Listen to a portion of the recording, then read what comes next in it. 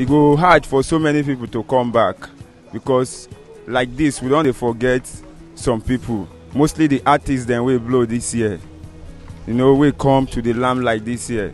We don't dey forget most of them. So it go hard after this coronavirus for most of them to come back. It go hard. Like those ones now, we forget street, we supposed to come donate money to street, carry and go give government. In fact, they fit no come back, because people dey vex for them.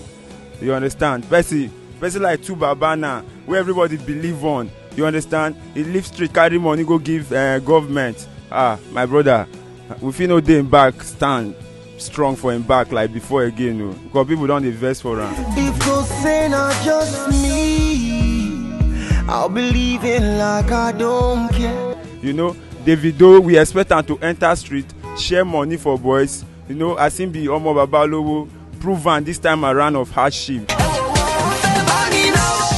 No be when things sweet, you come, I hold like 20,000, you come had 5,000 join for me.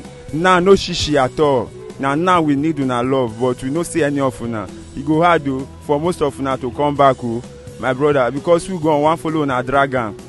All of us are upcoming like this. We will start the race after the lockdown. Now wetin I just see about this coronavirus with that.